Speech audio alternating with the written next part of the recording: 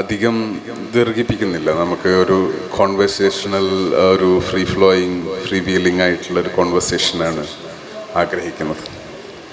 ഇക്കഴിഞ്ഞ ഡിസംബർ 2 ഗസയിൽ കുഞ്ഞുങ്ങളിങ്ങനെ മരിച്ചുകൊണ്ടിരിക്കുന്നു, കെട്ടിടങ്ങളും എല്ലാം തകർന്നുകൊണ്ടിരിക്കുന്നു. നമ്മൾ വളരെ ഡിപ്രസ്സിങ് ആയിട്ടുള്ളൊരു മൊമെൻറ്റിലൂടെ ഇപ്പോഴും കടന്നു പോകുന്ന അതിൻ്റെ ഒരു തുടക്കഘട്ടത്തിൽ ഡിസംബർ ഒരു 2-3 ആഴ്ചകൾക്ക് മുമ്പ് ജൂതരുടെ ഒരു ഹനൂക്ക സെലിബ്രേഷൻ ആ ഘട്ടത്തിലായിരുന്നു. അവരുടെ ഹോളിഡേ വാഷിങ്ടണിൽ സംഘടിപ്പിച്ച ഒരു റിസപ്ഷനിൽ പ്രസിഡന്റ് ജോ ബൈഡൻ അവരോട് സംസാരിക്കുമ്പോൾ അദ്ദേഹം പറഞ്ഞൊരു വാക്ക്, 35 വർഷങ്ങൾക്ക് മുമ്പ് ഞാൻ ആദ്യമായി സെനറ്റിലേക്ക് മത്സരിക്കുമ്പോൾ ഞാനൊരു വാക്ക് പറഞ്ഞപ്പോൾ എല്ലാവരും വിവാദമാക്കി. You don't have to be a Jew in order to be a Zionist. ഒരു സയണിസ്റ്റ് ആവാൻ നിങ്ങൾക്കൊരു ജൂതനാവേണ്ടതില്ല എന്നിട്ട് അദ്ദേഹം വളരെ കാറ്റഗോറിക്കലി, വളരെ തമാശ മട്ട്, ആ കോണ്ടെക്സ്റ്റ് നമ്മൾ ഓർക്കണം, പശ്ചാത്തലം നമ്മൾ ഓർക്കണം, വളരെ തമാശയോടെ അദ്ദേഹം പറയാണ്, I repeat, you don't have to be a Jew in order to be a Zionist. നിങ്ങൾക്ക് ഒരു ജൂതനാവാൻ, നിങ്ങൾക്ക് സയണിസ്റ്റ് ആവാൻ ജൂതനാവേണ്ടതില്ല. ഇത് കേട്ടപ്പോൾ ഒരർത്ഥത്തിൽ പേഴ്സണലി, വളരെ വൈയക്തികമായ തലത്തിൽ എൻ്റെ ഉള്ളിൽ നിന്നൊരു നിങ്ങൾക്കൊക്കെ ഉള്ള പോലെ തന്നെ ഒരു വലിയ അത്ഭുതവും ആഘാതവും ഒക്കെ കടന്നു വരുന്നുണ്ടാവും. ട്രംപിനെ കഴിഞ്ഞ ഇലക്ഷനിൽ പരാജയപ്പെടുത്തിയപ്പോൾ അയാളൊരു പ്രസംഗം നടത്തിയിരുന്നു. അമേരിക്കൻ പൊളിറ്റിക്സ് സാറിന് അത്രയൊന്നും ഇല്ലെങ്കിലും നമ്മൾ എളിയ രൂപത്തിൽ നോക്കുന്ന ഒരാൾ, നിരീക്ഷിക്കുന്ന ഒരാളെന്ന നിലയ്ക്ക് അന്ന് അദ്ദേഹം നടത്തിയ പ്രസംഗം വാല്യൂസിനെ കുറിച്ചായിരുന്നു, മോറൽസിനെ കുറിച്ച്, എത്തിക്സിനെ കുറിച്ച്. അദ്ദേഹം പറഞ്ഞത് നൈതികത, ധാർമ്മികത അധാർമികതക്കെതിരെ വിജയം കൈവരിച്ചിരിക്കുന്നു എന്നാണ് അദ്ദേഹത്തിൻ്റെ പ്രസംഗത്തിലുണ്ടായിരുന്നത്. അയാൾ അന്ന് എനിക്ക് ഓർമ്മയുണ്ട്, ഞാനൊക്കെ പേഴ്സണലി അത് സ്റ്റേറ്റസ് വെച്ചിട്ടുണ്ടായിരുന്നു. So I mean it hit A person on A personal level അയാൾ ഈ പറഞ്ഞത്. പക്ഷേ ഇതിൻ്റെ ചരിത്രത്തിലേക്ക് എന്തുകൊണ്ട് അയാൾ ഇത്രയും പ്രതിസന്ധി നിറഞ്ഞ ഒരു മൃഗീയമായ അധിനിവേശം നടക്കുന്ന സംഘർഷാവസ്ഥയിൽ അദ്ദേഹം ഇത് പറയുന്നു? ആ പശ്ചാത്തലം, വാക്കുകൾ എല്ലാം കൂടി നിർദ്ധാരണം ചെയ്യണമെന്നുണ്ടെങ്കിൽ, പരിശോധിക്കണമെന്നുണ്ടെങ്കിൽ ഇത് ഈ ചരിത്രത്തിൻ്റെ വേരുകളിലേക്ക് നമ്മൾ കടന്നു ചെല്ലേണ്ടതുണ്ട്. ഇതത്ര സങ്കീർണമായ ചരിത്രം ഒന്നുമല്ല. സങ്കീർണത എന്നുള്ളത് ഇവരുണ്ടാക്കുന്ന ഒരു PR സ്റ്റണ്ട് മാത്രമാണ്. ലോബിയുടെ, ഇസ്രായേൽ ലോബിയുടെ പബ്ലിക് റിലേഷൻ സ്റ്റണ്ടാണ് നമ്മൾ ഇന്ന് കണ്ടുകൊണ്ടിരിക്കുന്ന എല്ലാ വാർത്തകളും. അമേരിക്കയിൽ കഴിഞ്ഞ 2008 ഒരു ഗസ ആക്രമണം നിങ്ങൾക്ക് ഓർമ്മയുണ്ടാവും. 2008 മൃഗീയമായ ഒരു അതിഭീകരമായൊരു, ഇത്രയില്ലെങ്കിലും ഒരു ഗസ ആക്രമണം ഉണ്ടായിരുന്നു. അന്ന് ആക്രമണം തുടങ്ങുന്നത് ബരാക് ഒബാമ ഇലക്ഷൻ പ്രസിഡൻ്റായി തെരഞ്ഞെടുപ്പിൽ വിജയിച്ച് അദ്ദേഹം സത്യപ്രതിജ്ഞ ചെയ്യുന്ന ദിവസമായിരുന്നു. നിങ്ങൾ എപ്പോഴെങ്കിലുമൊക്കെ സമയം കിട്ടുന്നുണ്ടെങ്കിൽ നിർബന്ധമായും കണ്ടിരിക്കേണ്ട ഒരു ഡോക്യുമെൻ്ററി ഉണ്ട്, the occupation of American mind, American മനസ്സിൻ്റെ അധിനിവേശം.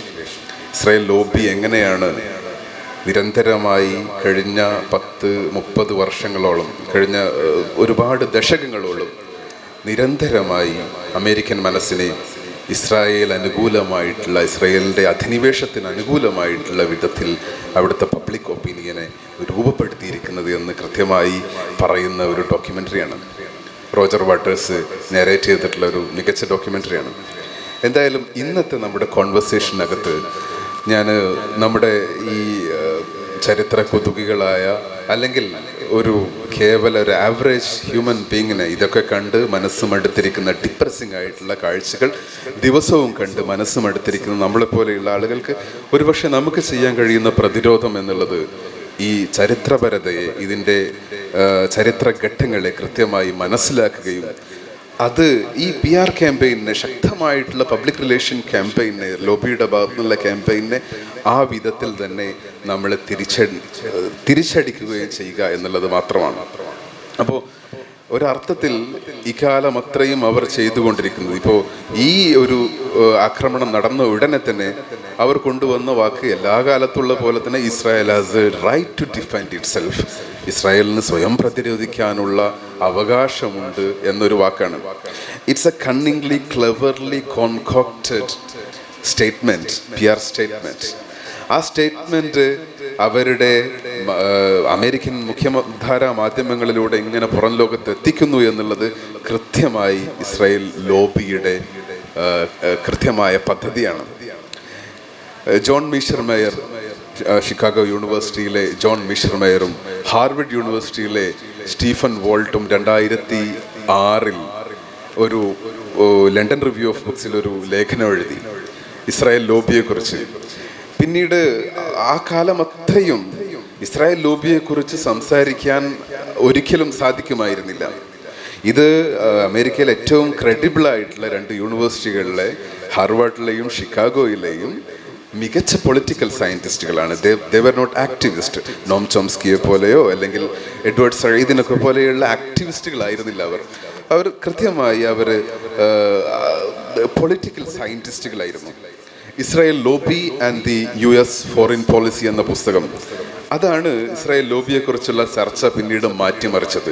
ഒരർത്ഥത്തിൽ വളരെയധികം ടാർണിഷിങ്ങിന്, ഇവരുടെ സ്കോളർഷിപ്പിനെ മലീമസമാക്കാനുള്ള നിരന്തരമായ ശ്രമങ്ങൾ പല ഭാഗത്തു നിന്നും, ലോബിയുടെ ഭാഗത്തു നിന്നും ഉണ്ടായിട്ടുണ്ട്. പക്ഷേ അവരുടെ ആ എംപിരിക്കൽ ഫൗണ്ടേഷനും പൊളിറ്റിക്കൽ സയൻസിലുള്ള അവരുടെ ശക്തമായിട്ടുള്ള അടിത്തറയും കാരണം ഇതുവരെയും അവരുടെ ആർഗ്യുമെന്റിനെ പൊളിച്ചെടുക്കാൻ കഴിഞ്ഞിട്ടില്ല. അപ്പോൾ നിർബന്ധമായിട്ടും ഇന്നത്തെ ചർച്ചയിൽ കാര്യമായി നമ്മൾ കൊണ്ടുവരുന്നത് ഈ ജോൺ മിഷർമേയറിൻ്റെയും സ്റ്റീഫൻ വോൾട്ടിൻ്റെയും ഗ്രന്ഥമാണ്, Israel lobby and US foreign policy. വളരെ നിർബന്ധമായും നമ്മളെല്ലാം വായിച്ചിരിക്കേണ്ട ഒരു പുസ്തകമാണത്. എങ്ങനെയാണ് ഇപ്പോൾ ഇതുപോലെയുള്ള സ്റ്റേറ്റ്മെൻറ്റുകൾ, അല്ലെങ്കിൽ UN സെക്യൂരിറ്റി കൗൺസിലിൽ എല്ലാവരും പ്രതീക്ഷിച്ചു, അവർ ഒന്നുകിലൊന്ന് മാറി നിൽക്കും, അബ്സ്റ്റെയിൻ ചെയ്യുമെന്നെങ്കിലും പ്രതീക്ഷിച്ചിരിക്കുന്ന സമയത്ത് വളരെ ലാഘവത്തോടെ, വളരെ വളരെ നിസ്സാരമായി കൈ ഉയർത്തുന്നത് നമ്മൾ കണ്ടു. വളരെ വേദനയോടാണ് നമ്മൾ കണ്ടത്. അപ്പോഴൊക്കെ എല്ലാവരും ചോദിച്ചു, വൈ ഡസ് ദിസ് ഹാപ്പൻ? എങ്ങനെയാണിത് സംഭവിക്കുന്നത്? എങ്ങനെയാണ് അമേരിക്കൻ ഫോറിൻ പോളിസിയിൽ ഡിപ്ലോമാറ്റുകൾക്ക്, പൊളിറ്റീഷ്യൻസിന് ഇങ്ങനെയൊരു തീരുമാനം എടുക്കാൻ കഴിയുന്നത്? ഇസ്രായേലിനെ ഒരു 51ാമത്തത് ഒരു സ്റ്റേറ്റായിട്ട് തങ്ങൾ കണക്കാക്കുന്നു എന്നുള്ളതാണ് ഇതിൻ്റെ കാരണമെന്ന് നിരീക്ഷകരെല്ലാം പറയുന്നു. അതിൻ്റെ പിന്നിൽ പ്രവർത്തിക്കുന്നത് American Israel public affairs committee പോലെയുള്ള ശക്തമായ ലോബികളാണ്. ലോബികളെക്കുറിച്ച് നമ്മൾ ദീർഘമായി സംസാരിക്കും. അതോടൊപ്പം സയണിസത്തിൻ്റെ ഹിസ്റ്റോറിക്കൽ, ചരിത്രപരമായിട്ടുള്ള വേരുകളെക്കുറിച്ചും മുസ്തഫ മാഷ് സംസാരിക്കും. അസ്സലാമു അലൈക്കും. പൊതുവേ നമ്മുടെ നാട്ടിൽ ഇപ്പോൾ ഈ ഫലസ്തീൻ ഐക്യദാർഢ്യ സദസ്സുകളുടെ ഒരു പെരുപ്പമാണ്. എല്ലായിടത്തും എല്ലാവരും ഇത് ചെയ്തുകൊണ്ടിരിക്കുന്നു. പല സംഘടനകളും അവരുടെ ആളെ വേറെ എന്തൊക്കെയോ ലക്ഷ്യം വെച്ച് വലിയൊരു ആൾക്കൂട്ടത്തെ സൃഷ്ടിക്കാൻ വേണ്ടി ഈ ഫലസ്തീൻ ഐക്യദാർഢ്യത്തെ ഉപയോഗിക്കുന്നു. ശ്രദ്ധിച്ചാൽ മനസ്സിലാവും, അവിടെയൊക്കെ ചെന്നിട്ട് യഥാർത്ഥത്തിൽ ഫലസ്തീൻ വിഷയമൊന്നും അല്ല അതിൻ്റെ അടിത്തറയിലുണ്ടാവുക. അപ്പം ഇങ്ങനെയുള്ള വലിയ ആൾക്കൂട്ടങ്ങൾ നടക്കുന്നു. ഇതിൻ്റെയൊക്കെ ബാനറുകളിൽ നിങ്ങൾ കാണുന്നത് ഫലസ്തീൻ ഐക്യദാർഢ്യ സദസ്സ്, ഐക്യദാർഢ്യ സമ്മേളനം, ഐക്യദാർഢ്യ മഹാസമ്മേളനം എന്നൊക്കെയാണ് ഉണ്ടാവുക. എന്നാൽ ആരും ഇസ്രായേൽ ഭീകരവിരുദ്ധ സദസ്സ് എന്നോ ഇസ്രായേലിനെ നേരിട്ട് ഫോക്കസ് ചെയ്യുന്ന രീതിയിലോ ഈ വിഷയത്തെ ആരും ചർച്ച ചെയ്തതായിട്ട് കണ്ടിട്ടില്ല. നിങ്ങൾ ഏതെങ്കിലും ബാനറിൽ അങ്ങനെ കണ്ടോ? ആൻറ്റി ഓക്യുപ്പേഷൻ എന്നൊരു പദം കണ്ടോ? ഇസ്രായേൽ ലോബി എന്നൊരു പദം നിങ്ങൾ കണ്ടോ? കണ്ടില്ല. ആ അർത്ഥത്തിലാണ് റെൻയുവിയുടെ ഈ തിരഞ്ഞെടുപ്പ്, ഈ വിഷയത്തിൻ്റെ തിരഞ്ഞെടുപ്പ് തന്നെ ആ ചർച്ചയെ മുന്നോട്ട് കൊണ്ടുപോകുന്നു എന്നാണ് ഞാൻ കരുതുന്നത്. നമ്മളിവിടെ ഫോക്കസ് ചെയ്യുന്നത് ഇസ്രായേൽ എങ്ങനെയാണ് ഇത് നേടിയെടുത്തിട്ടുള്ളത് എന്ന വിഷയമാണ്. ഐക്യദാർഢ്യം ആർക്കും സാധ്യമാണ്. ഇപ്പം ഞാൻ തല്ലുകൊണ്ട് കിടക്കുകയാണെങ്കിൽ നിങ്ങൾക്ക് വേണമെങ്കിൽ എനിക്ക് ആപ്പിളൊക്കെ ആയിട്ട് വരാം. ആപ്പിളൊക്കെ ആയിട്ട് വന്നിട്ട് അയ്യോ സാറിന് പറ്റിപ്പോയല്ലോ എന്നൊക്കെ പറയാം. എന്നാൽ നിങ്ങൾ എന്നോട് ചോദിക്കണം, നിങ്ങൾ എവിടെ നിന്നാണ് ഈ അടി വാങ്ങിച്ചത്? ആരാണ് നിങ്ങളെ തല്ലിയത്? ആ തല്ലിയവന്റെ ലക്ഷ്യം എന്തായിരുന്നു? എന്നിട്ട് നിങ്ങൾ പുറത്തിറങ്ങി മനുഷ്യരോട് പറയണം, ഈ മനുഷ്യനെ തല്ലിയ ആൾ തികച്ചും അധാർമികമായും അനീതിയുമാണ് ചെയ്തിട്ടുള്ളത്. ഉണ്ടാക്കിയെടുത്ത ഒരു വസ്തുതയുടെ പുറത്താണ് ഇയാൾക്കെതിരെ ഈ ആക്രമണം നടന്നിട്ടുള്ളതെന്ന് പറയുന്നതിനാണ് യഥാർത്ഥത്തിൽ ഐക്യദാർഢ്യം എന്ന് പറയുന്നത്. ഇയാളാണിത് ചെയ്തത്, ഇയാളെ ഞാൻ വിസമ്മതിക്കുന്നു, ഇയാളുടെ ചരിത്രം എനിക്കറിയാം, ആ തല്ലിയവന്റെ അധാർമികത എങ്ങനെയാണ് രൂപപ്പെട്ടു വന്നതെന്ന് എനിക്കറിയാം, ആ അനീതിയുടെ ആഴം എനിക്കറിയാം, അതിൻ്റെ വേരുകൾ എനിക്കറിയാം എന്ന് പറയുന്നതാണ് യഥാർത്ഥ ഐക്യദാർഢ്യം എന്ന് ഞാൻ ആമുഖമായി പറഞ്ഞുകൊള്ളട്ടെ. അല്ലാതെയുള്ളതെല്ലാം വെറും കണ്ണീര് മാത്രമാണ്, വെറും മെലോ ഡ്രാമ മാത്രമാണ് എന്ന് നമ്മളെല്ലാവരും തിരിച്ചറിയുക. അപ്പം നിങ്ങളൊക്കെ ഐക്യദാർഢ്യം, ഫലസ്തീനോട് ഐക്യദാർഢ്യം, നേരത്തെ ഇവിടെ ഗുലിസ്ഥാൻ പറഞ്ഞതുപോലെ നമ്മൾ ഈ റെന്റ് വ്യൂ ചേരുമ്പോൾ ഇങ്ങനെ സംസാരിക്കുന്നു എന്ന് പറയുന്നത് തീർച്ചയായും നമ്മുടെ ഒരു എമ്പത്തി, നമ്മുടെ ഒരു വിഷമം, നമ്മുടെ ഒരു വേദന നമ്മൾ പങ്കുവെക്കുന്നു. അങ്ങനെ വേദന പങ്കുവെച്ച് പിരിയുക മാത്രമാണോ നമ്മുടെ ദൗത്യം എന്നാണ് നമ്മൾ ആലോചിക്കേണ്ടത്. രണ്ടാമത് ഞാൻ പറഞ്ഞതിന് ഇച്ചിരി പണിയുണ്ടാവും. ഈ വേദന കൊള്ളാനും കണ്ണീരൊഴുക്കാനും ഒന്നും ഒട്ടും പണിയില്ല. മറ്റതങ്ങനെയല്ല. മറ്റത് പുസ്തകങ്ങൾ വായിക്കണം. ചുരുങ്ങിയത് നമ്മൾ നേരത്തെ ഇവിടെ പരാമർശം വെച്ച പുസ്തകമെങ്കിലും അതൊരു ലേഖനമായിരുന്നു, പിന്നീട് അത് പുസ്തകമായി മാറി. അതെങ്കിലും നമുക്ക് വായിക്കാൻ പറ്റണം. അപ്പോൾ കുറച്ച് പാടുണ്ട്, രാത്രി ഉറക്കൊഴിയണം. നമ്മൾ ഇരിക്കുന്ന കുഞ്ഞുങ്ങളൊക്കെ, നമ്മളെ വിദ്യാർത്ഥികളൊക്കെ അത്തരം ദൗത്യങ്ങൾ ഏറ്റെടുക്കണം എന്നാണ് എനിക്ക് ആമുഖമായി പറയാനുള്ളത്. തീർച്ചയായും വളരെ കൗതുകകരമാണ് യഥാർത്ഥത്തിൽ ലോബി എന്ന് പറഞ്ഞാൽ തന്നെ. ലോബിങ് എന്ന് മാത്രം നമ്മൾ എടുക്കുകയാണെങ്കിൽ ഒരർത്ഥത്തിൽ അതൊരു മോശം കാര്യമല്ല. നമ്മളൊക്കെ അത് ചെയ്യുന്നുണ്ട് ഗുലിസ്ഥാൻ. എങ്ങനെ വെച്ചാൽ ഒരു ലെജിസ്ലേച്ചറിനെ, ഒരു നിയമനിർമ്മാണ സഭയെ അല്ലെങ്കിൽ ഒരു ഭരണകൂടത്തെ നമ്മുടെ ആവശ്യങ്ങൾ പറയുന്നു, അതിനു വേണ്ടിയുള്ള സംവിധാനം ഉണ്ടാക്കുന്നു. അത് പല തലങ്ങളിൽ നമ്മൾ ചെയ്യുന്നു. ഒരു പക്ഷേ ഒരർത്ഥത്തിൽ പറയുകയാണെങ്കിൽ നമ്മൾ ഒരു ഭരണകർത്താവിനെ നമ്മുടെ സമ്മേളനത്തിലേക്ക് വിളിച്ചു വരുത്തുന്നു എന്ന് പറയുന്നത് ഒരർത്ഥത്തിലൊരു ലോബിങ് ആണ്. അതൊരു മോശം കാര്യമൊന്നല്ല ഞാൻ പറയുന്നത്. നമ്മുടെ കാര്യം അയാളെ അറിയിക്കുന്നു. നമ്മളൊരു പുസ്തകം എഴുതുന്ന ഒരു പക്ഷേ തീർച്ചയായും ഒരു ലോബിങ് ആയിരിക്കും. ആ പുസ്തകം നമ്മളൊരു സർക്കാർ തലത്തിൽ എത്തിക്കുന്നത് ഒരു ലോബിങ് ആയിരിക്കും. നമ്മളൊരു സംഘം ആളുകൾ അവരെ പോയി കാണുന്നു, നമ്മളൊക്കെ എല്ലാവരും കാണുന്നുണ്ടല്ലോ, അത് അർത്ഥത്തിൽ ലോബിങ് തന്നെയാണ്. അപ്പൊ പലതരത്തിൽ ഈ പണി ചെയ്യാൻ പറ്റും. പണം മുടക്കി ചെയ്യാൻ പറ്റും. ഇലക്ഷന് ഫണ്ട് ചെയ്തിട്ട് ഈ പണി വളരെ ഗംഭീരമായ പലയിടത്തും ചെയ്തുകൊണ്ടിരിക്കുന്നു. ഇപ്പൊ ലോബിങ് എന്ന് പറയുന്നത് ഒരു തികച്ചും നെഗറ്റീവായ ഒരു സാധനമാണെന്ന് അഭിപ്രായം എനിക്കില്ല. അത് വളരെ പോസിറ്റീവായും ചെയ്യാവുന്നതാണ്, ചെയ്യേണ്ടതാണ് എന്നാണ് എൻ്റെ അഭിപ്രായം. ഓരോ സമുദായങ്ങളും ഭരണതലത്തിൽ അവർക്കുള്ള പ്രാധാന്യം കിട്ടുന്നതിന് വേണ്ടി പണി ചെയ്യേണ്ടതാണ്. അമേരിക്കയിൽ നിങ്ങൾക്ക് അറിയാവുന്നതുപോലെ റൈഫിൾ അസോസിയേഷൻ വളരെ ശക്തമായൊരു ലോബിയാണ്. അവിടുത്തെ റിയൽട്ടേഴ്സ് വലിയൊരു ലോബിയാണ്. അതിശക്തമായ ലോബികൾ അവിടെ നിലനിൽക്കുന്നുണ്ട്. ഈ പുസ്തകത്തിൽ തന്നെ മുന്നോട്ട് വെക്കുന്ന ഒരു ആശയം, യഥാർത്ഥത്തിൽ അമേരിക്കൻ ലോബി എന്ന് പറയുന്നത് യു എസിൽ ഒരർത്ഥത്തിൽ അത്ര ശക്തമല്ല. മറ്റുള്ളവർക്ക് താഴെയാണ്. അതിൻ്റെ വലിപ്പവും എൻ്റെ സംഗതിയൊക്കെ വെച്ച് നോക്കുകയാണെങ്കിൽ താഴെയാണ്.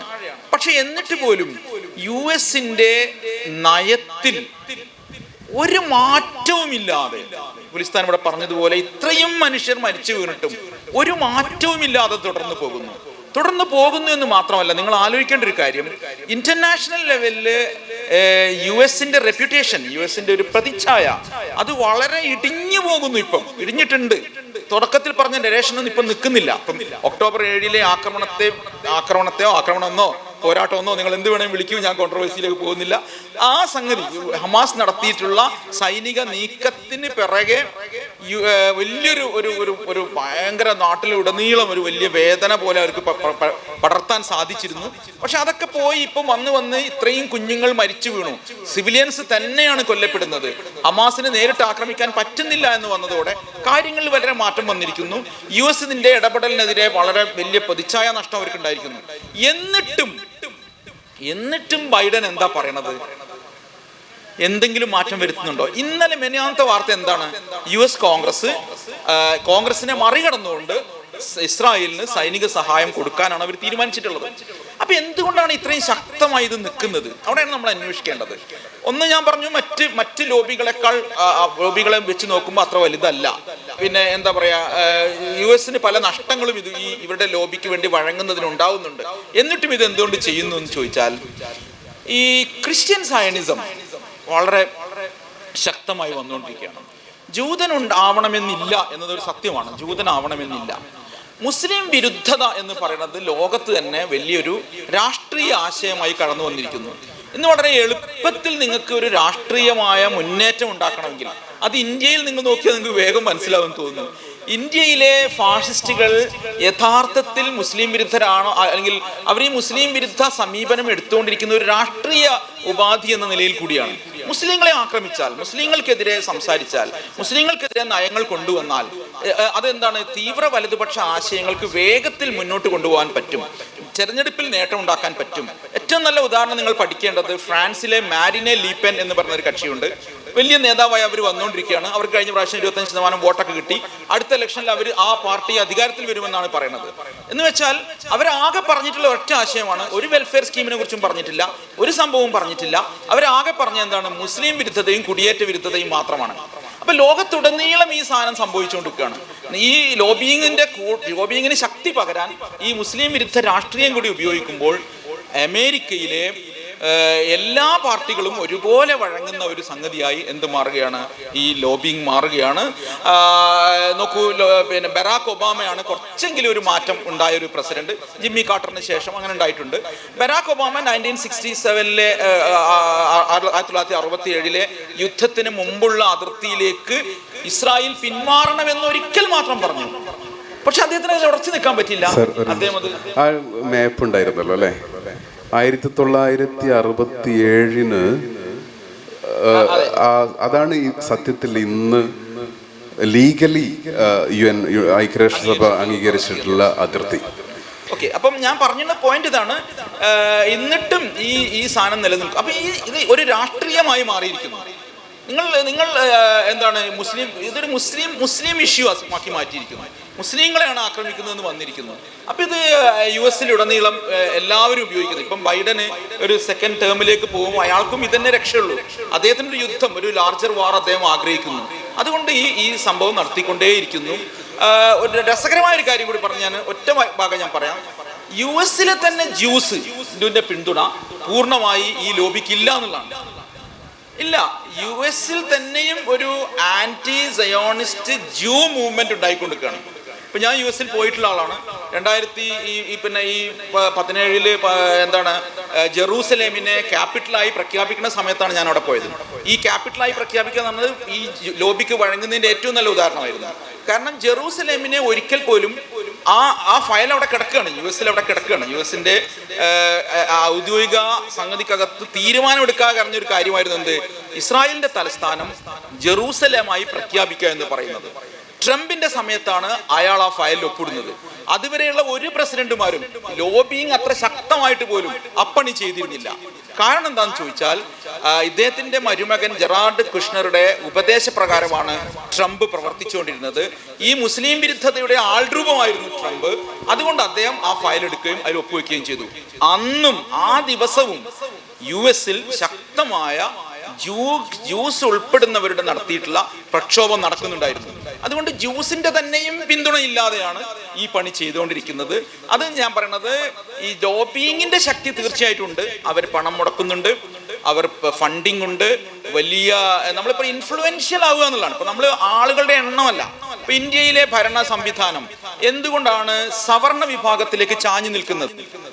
സവർണ വിഭാഗത്തിലേക്ക് ചാഞ്ഞു നിൽക്കുന്നത് അവര് എണ്ണത്തിൽ കൂടുതലായതുകൊണ്ടല്ല. ജനാധിപത്യത്തിൽ എണ്ണം പ്രശ്നമായിട്ട് പോലും ഈ എണ്ണത്തിൽ കുറഞ്ഞവർക്ക് വേണ്ടി ചായുന്നത് എന്തുകൊണ്ടാണ്? They are influential. അതുകൊണ്ടാണ്. അവർ മീഡിയ നിയന്ത്രിക്കുന്നു, അവർ സമ്പത്ത് നിയന്ത്രിക്കുന്നു, അവർ ഒപ്പീനിയൻസ് ബിൽഡ് ചെയ്യുന്നു. ഈ പണി ആരെടുത്തോണ്ടിരിക്കുന്നു? ലോകത്തുടനീളം സയനിസ്റ്റുകൾ എടുത്തോണ്ടിരിക്കുന്നു എന്നതുകൊണ്ട് ലോബിയിങ്ങിന് മറ്റെല്ലാ ലോബിയിങ്ങിനേക്കാളും വലിയ ശക്തി കൈവരികയും അവരതിൽ വിജയിക്കുകയും ചെയ്യുന്നു എന്നതാണ് സത്യം. അപ്പം അമേരിക്കയിൽ വന്നുകൊണ്ടിരിക്കുന്ന ലോബിയിങ് അതിൻ്റെ ആൾക്കൂട്ടം കൊണ്ടുണ്ടാവുന്നതല്ല, മറിച്ച് ഈ ജിയോ പൊളിറ്റിക്സിൽ അമേരിക്കയുടെ താല്പര്യങ്ങൾ കൂടി ചേരുന്നത് കൊണ്ട് ഉണ്ടാവുന്നതാണ്. കാരണം മിഡിൽ ഈസ്റ്റിൽ എല്ലാ കാലത്തും ഒരു പ്രശ്നമായി ഈ ഇസ്രായേൽ അവിടെ തന്നെ ഉണ്ടാവണമെന്നും മിഡിൽ ഈസ്റ്റിലെ അവരുടെ താല്പര്യങ്ങൾ മുന്നോട്ട് കൊണ്ടുപോകുന്നതിന് പ്രശ്നസങ്കുലമായ ഒരു മിഡിൽ ഈസ്റ്റ് ഉണ്ടാവണം എന്നൊരു താല്പര്യം തീർച്ചയായും അമേരിക്കയിലെ എല്ലാ ഭരണാധികാരികൾക്കുമുണ്ട്. അതും പ്ലസ് ഈ ലോബിയിങ് തന്ത്രങ്ങളും. ഇത് നിരന്തരമായി ചെയ്യുന്ന പണിയാണ്, ഒരു ദിവസം ചെയ്യുന്ന പണിയല്ല ഇത്. നമ്മൾ പോയി കാണുന്നത് പോലെ ഒറ്റ ദിവസം കണ്ട് പോരുകയല്ല.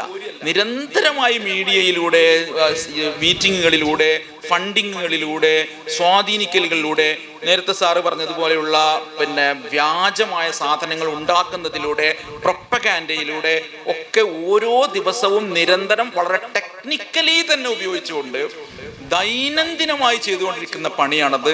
റിവ്യൂ നടക്കും, വിശകലനങ്ങൾ നടക്കും, നമ്മളെവിടെയെങ്കിലും പിന്നോട്ട് പോയോന്ന് നോക്കും, പിന്നെ മുന്നോട്ട് വരാനുള്ള പണി എടുത്തുകൊണ്ടിരിക്കും. ഇതൊരു നമ്മളെ ഒരു ഭരണകൂടം പ്രവർത്തിക്കുന്നത് പോലെ തന്നെ ഈ ലോബിങ് നടക്കുന്നു എന്നതുകൊണ്ടാണ് ഇത്ര വലിയ സംഗതി അതിനകത്ത് ഉണ്ടാവുന്നത്. കുറച്ചും കൂടി സാലി പറഞ്ഞതിന് ശേഷം ഞാൻ കൂട്ടിച്ചേർക്കാം. തീർച്ചയായിട്ടും. അതായത് നമ്മുടെ മാഷ് പറഞ്ഞു വരുന്ന ഈ ഒരു കാര്യം, ലോബിങ് എന്നുള്ളത് വളരെ ലെജിറ്റിമേറ്റ് ആയിട്ടുള്ള ഒരു സാധനമാണ്, നിയമസാധുതയുള്ള, എന്നാൽ നിങ്ങൾ എല്ലാവരും ചെയ്യേണ്ട ഒരു കാര്യം തന്നെയാണ്. വളരെ കൃത്യമാണ്. എന്തുകൊണ്ട് ഇസ്രായേൽ ലോബി വേറിട്ട് നിൽക്കുന്നു? How are the different? Sir പറഞ്ഞ പോലെ ഗൺ കൺട്രോൾ എന്നുള്ളത് അമേരിക്കയിലെ വലിയൊരു വിഷയമാണ്. തോക്ക് നിയന്ത്രിക്കാനുള്ളത് ഇതുവരെ അവർക്ക് കഴിഞ്ഞിട്ടില്ല. കാരണം ഗൺ ലോബി വളരെ ശക്തമാണ്, ഫാർമസ്യൂട്ടിക്കൽ ലോബി വളരെ ശക്തമാണ്, അതുപോലെ എൽഡർലി പീപ്പിളിന്റെ ലോബി ഉണ്ട്, വയസ്സന്മാരുടെ ലോബി, അത് വളരെ ശക്തമാണ്. അവർക്ക് അനുകൂലമായിട്ട് ലെജിസ്ലേഷൻ, നിയമനിർമ്മാണങ്ങൾ ഉണ്ടാക്കാൻ കഴിയും.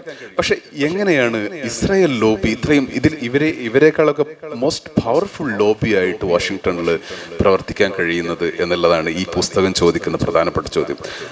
അതിനുള്ള ഒരു പ്രധാനപ്പെട്ട ഒരു ഉത്തരം, ഈ ഇസ്രായേൽ ലോബിക്ക് നിലനിൽക്കണമെന്നുണ്ടെങ്കിൽ പ്രോപ്പഗാൻഡ മെഷീൻ ആവശ്യമാണ്. മറ്റുള്ള ഒരു ലോബിയെ പോലെയല്ല, പ്രോപ്പഗാൻഡ മെഷീൻ അവർക്ക് അത്യാവശ്യമാണ്.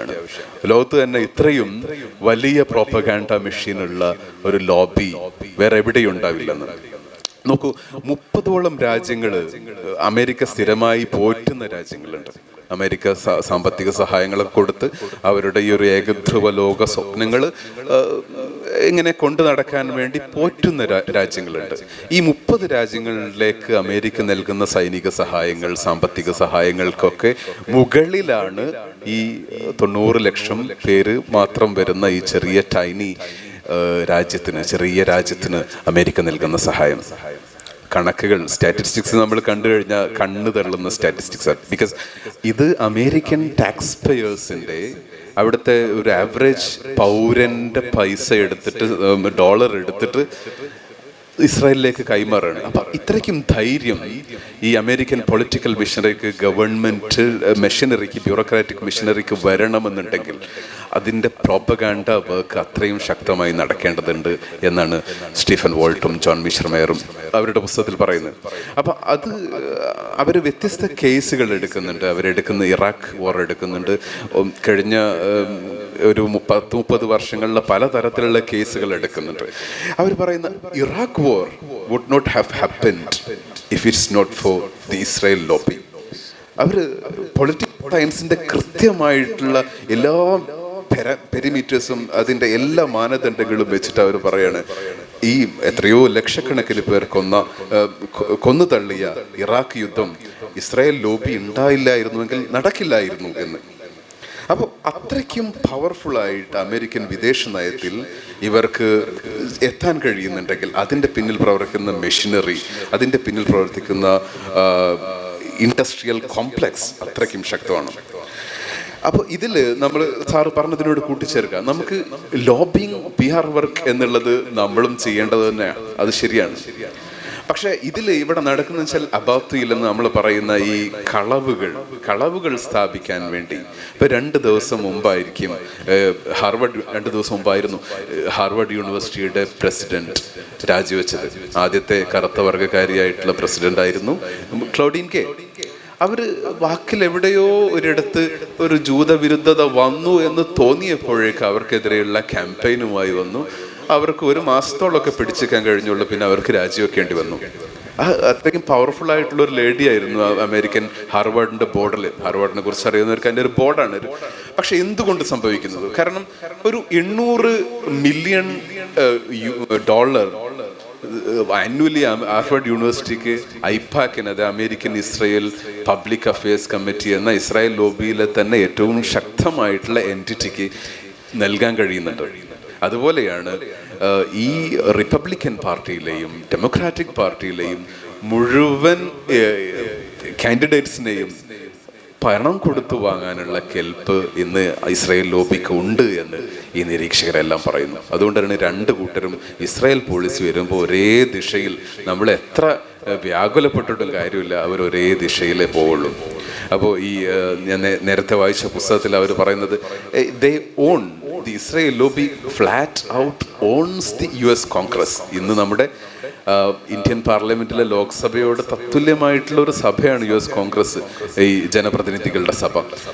അവർ പറയുന്നത് ഈ ജനപ്രതിനിധികളെ എല്ലാം അധീനപ്പെടുത്തിയിരിക്കുന്നത്, ഓൺ ചെയ്യുന്നത് ഇസ്രായേൽ ലോബിയാണ്.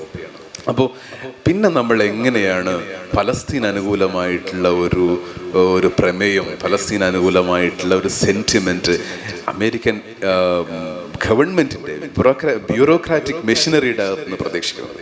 അപ്പൊ എല്ലാവരും ചോദിക്കുന്ന ഒരു ചോദ്യമാണ്, പക്ഷെ ജനങ്ങൾ, അമേരിക്കയിലെ പോപ്പുലസ്, ജനകീയത ഈ അധിനിവേശ വിരുദ്ധമാണ്. എല്ലാ സർവേകളിലെല്ലാം അധിനിവേശ വിരുദ്ധമായ സമരമാണ് ഉണ്ടാവുന്നത്. അത് ഈ ഒരു പാരഡോക്സ് എങ്ങനെയാണ് സംഭവിക്കുന്നത് എന്നുള്ളതിൽ എനിക്ക് വലിയൊരു അതിലെ ഒരു പ്രശ്നം, ഇത്തരം എല്ലാ ഞാൻ തുടക്കത്തിൽ തന്നെ ലോബികളെ ഞാൻ ലെജിറ്റിമേറ്റ് ചെയ്തു, അല്ലെങ്കിൽ അത് അങ്ങനെ ചെയ്യേണ്ടതാണെന്ന് അഭിപ്രായം അല്ലട്ടോ ഞാൻ പറഞ്ഞത്. ജനങ്ങൾ സന്ദേശം എത്തിക്കണമെന്ന് മാത്രമാണ്. ഓക്കെ, ഈ ജനങ്ങൾ എന്ന് പറയുന്നതിൽ നമ്മളിപ്പോൾ പ്രക്ഷോഭം കാണുന്നു. പ്രക്ഷോഭകർ തെരുവിലുണ്ട്, പക്ഷെ ഇൻഡിഫറൻ്റ് ആയ പീപ്പിൾ ഉണ്ട്. ഇൻഡിഫറൻ്റ് ആണ്, നിസ്സംഗമായ മനുഷ്യരാണ് ഇത്തരം സ്ഥലങ്ങളിലെല്ലാം ഇതിന് മുന്നോട്ട് പോകാനുള്ള അവസരം കൊടുക്കുന്നത്. എല്ലാവരും പൊളിറ്റിക്കലി ഓക്കെയാണ്. നിങ്ങൾ പൊളിറ്റിക്കലി കാര്യങ്ങളെ റിയലൈസ് ചെയ്യുന്നു. ഈ തെരുവിൽ പ്രക്ഷോഭത്തിൽ ഏർപ്പെടുന്നവർ മാത്രമല്ല, പ്രക്ഷോഭത്തിന് പോകാൻ പറ്റാതെ വീട്ടിലിരിക്കുന്ന ആളുണ്ടാവും, തൊഴിലിടത്തിൽ നിൽക്കുന്ന ആളുണ്ടാവും, ഒരു പ്രത്യക്ഷ പ്രക്ഷോഭത്തിന് ഇറങ്ങാത്ത ആളുണ്ടാവും. ആ ഇറങ്ങാത്ത ആളും ഈ പ്രക്ഷോഭത്തിന്റെ ആശയത്തിനോട് കൂടെ നിൽക്കുന്നുവെങ്കിൽ ഉറപ്പ് ഈ ലോബിങ് വർക്ക് ചെയ്യൂല. എന്നാൽ അമേരിക്കൻ പോളിറ്റിയിലെ ഒരു പ്രശ്നം, നേരത്തെ പറഞ്ഞതുപോലെ ഒക്യുപ്പേഷൻ ഓഫ് മൈൻഡ്സ്, അവരുടെ മനസ്സിലേക്ക് കടന്നു കയറിയ ഒരു സംഭവം എന്ന് പറയുന്നത് ഒരുതരം നിസ്സംഗത അവിടെ രൂപപ്പെട്ട് വന്നിരിക്കുന്നു. ആളുകൾ പലരും ഇൻഡിഫറൻ്റ് ആണ്, എന്തെങ്കിലും ആവട്ടെ. ഫലസ്തീൻ ഇഷ്യൂലൊക്കെ അവർ വളരെ ഇൻഡിഫറൻ്റ് ആണ്. പല സർവേകളും അത് കാണിച്ചിട്ടുണ്ട്. ഫലസ്തീൻ കോസിനോട് കൂടെ നിൽക്കുന്ന, ശക്തമായി നിൽക്കുന്ന ഒരു വിഭാഗവും, എന്തെങ്കിലും ആവട്ടെ എന്ന് വഹിക്കുന്ന വലിയൊരു വിഭാഗവും, ഇസ്രായേൽ പക്ഷപാതം ശക്തമായി നിൽക്കുന്ന ഒരു വിഭാഗം അവിടെ നിൽക്കുന്നു. ഈ ഇസ്രായേൽ പക്ഷപാതം ശക്തമായി നിൽക്കുന്നവരുടെ കൂടെ തന്നെയാണ് ആരുള്ളത്? യഥാർത്ഥത്തിൽ ഈ നിസ്സംഗത ബാധിച്ച മനുഷ്യരും കൂടി ഉള്ളത്. ഇപ്പൊ ഇന്ത്യയിൽ നിങ്ങൾ എടുക്കുക, ഇന്ത്യയിൽ ഫാഷിസ്റ്റുകൾക്ക് വേണ്ടി തന്നെ നിലകൊള്ളുന്ന ഒരു വിഭാഗം, ഫാഷിസ്റ്റുകൾക്ക് എതിരായി പ്രവർത്തിക്കുന്ന ഒരു വിഭാഗം, എന്നാൽ വലിയൊരു വിഭാഗം എന്തെങ്കിലും ആവട്ടെ എന്ന് കരുതുന്ന ഒരു വിഭാഗം. നിങ്ങൾ ഈ എന്തെങ്കിലും ആവട്ടെ എന്ന് കരുതുന്നവരുടെ കൂടി ശക്തി ആർക്കാണ് കിട്ടുന്നത്? ഫാഷിസത്തിന് വേണ്ടി നിലകൊള്ളുന്നവർക്കാണ് കിട്ടുന്നത്. ഈ പ്രശ്നം US-ലും ഉണ്ട് എന്നതാണ് സത്യം. അതുകൊണ്ട് ജനങ്ങൾ എങ്ങനെയൊക്കെ ചിന്തിച്ചാലും, അവിടുത്തെ ജനത, അവിടുത്തെ വോട്ടിംഗ് പാറ്റേൺ എങ്ങനെയൊക്കെ ചിന്തിച്ചാലും, നമ്മൾ മനസ്സിലാക്കേണ്ടത് തെരഞ്ഞെടുപ്പ് എന്ന് പറയുന്നത് ഫണ്ടിങ്ങിന്റെ കൂടി ഒരു കളിയാണ്, അല്ലേ? നിങ്ങൾക്കറിയാം, അതിൻ്റെ ഒരു സെലിബ്രേഷൻ കൂടിയാണ്. നമ്മൾ ഈ ഡെമോക്രാറ്റിക് സെലിബ്രേഷൻ എന്നൊക്കെ പറഞ്ഞതുപോലെ അത് വലിയ സംഗതികൾ നടത്തുക, മാധ്യമങ്ങളെ വാങ്ങിക്കുക, മാധ്യമങ്ങളെ പർച്ചേസ് ചെയ്യുക, അഭിപ്രായങ്ങൾ രൂപപ്പെടുത്തുക, ഇൻഫ്ലുവൻഷ്യൽ പീപ്പിളിനെ നമുക്ക് വേണ്ടി സംസാരിപ്പിക്കുക, ഈ പണിയെല്ലാം ലോബിങ്ങിന്റെ ഭാഗമായി നടക്കുന്നു. അപ്പൊ ജനങ്ങളുടെ തന്നെ ഒരു സൈക്കിനെ, ജനങ്ങളുടെ ഒരു ചിന്തയെ തന്നെ അട്ടിമറിക്കുന്നതിനും അവരെ പൊതുവായ ബോധത്തിൽ നിന്ന് മാറ്റുന്നതിനും കാരണമാകുന്നു. ഒറ്റ ഉദാഹരണം ഞാൻ നിങ്ങളോട് പറയാം. ഇപ്പൊ നമ്മൾ തന്നെ എടുക്കും. ഞാൻ എത്രയോ ആളോട് സംസാരിച്ചിട്ടുണ്ട്. നമ്മൾ സാധാരണ മനുഷ്യരെ എങ്ങനെയാണ് ഇത് ബാധിക്കണമെന്ന് ഒറ്റ കാര്യം ചിന്തിച്ചാൽ മതി. എല്ലാവരും പറയും, ഇസ്രായേൽ എന്തൊരു ശക്തമായ രാജ്യമാണ്, ഒരു ചെറിയ രാജ്യം എന്തൊക്കെയാണ് ചെയ്യുന്നത്, അവിടെ കൃഷി പറയാൻ പറ്റില്ല, അവരുടെ സൈന്യം, നിങ്ങൾ സാധാരണ മുന്നിലിറങ്ങി സംസാരിച്ചു നോക്കൂ, സൈന്യം എന്തൊരു ശക്തമാണ്, ആ രാജ്യം എന്തൊരു പെട്ടെന്നാണ് ഉണ്ടായി വന്നിട്ടുള്ളത്. വളരെ മരുഭൂമിയായ ഒരു പ്രദേശത്തെ എത്ര പച്ചപ്പാക്കി ആ ജനത മാറ്റി. എന്തൊരു കഠിനാധ്വാനികളാണ്. വളരെ പൊട്ടത്തരമാണത്. നമ്മൾ വിശ്വസിച്ച് വശായിരിക്കുന്ന പ്രൊപ്പഗാൻഡയിൽ വീണതാണ് നമ്മൾ. യഥാർത്ഥത്തിൽ ഇസ്രായേൽ എന്ന് പറയുന്നത് ഒരു രാജ്യമല്ല, പല രാജ്യങ്ങളുടെ ബിനാമിയാണ്. എത്ര രാജ്യങ്ങൾ? US പോലെയുള്ള അതിശക്തമായ ഒരു രാജ്യം, US-ന്റെ സഖ്യത്തിൽ വരുന്ന മറ്റെല്ലാ രാജ്യങ്ങളും, യൂറോപ്യൻ യൂണിയനില് ജർമ്മനി ഒഴിച്ചു നിർത്തിയാൽ ബാക്കി എല്ലാ രാജ്യങ്ങളും ഒരേപോലെ പിന്തുണക്കുന്നു. ഈ രാജ്യങ്ങളുടെ എല്ലാം ശക്തിയാണ് യഥാർത്ഥത്തിൽ ആർക്കുള്ളത്? ഇസ്രായേലിനുള്ളത്. ഇസ്രായേൽ എന്നൊരു രാജ്യത്തിന്റെ മാത്രം ശക്തിയല്ല അത്. ഒന്ന്. രണ്ടാമത്, നമ്മുടെ വലിയൊരു തെറ്റായ ധാരണ എന്താണ്? നമ്മൾ പോലും ധരിച്ചിരിക്കുന്നു ഇസ്രായേൽ വന്നതിന് ശേഷമാണ് അവിടെ ഒരു പോളിറ്റി രൂപപ്പെട്ട് വന്നിട്ടുള്ളത്, ഒരു പൊളിറ്റിക്സ് ഉണ്ടായിട്ടുള്ളത്.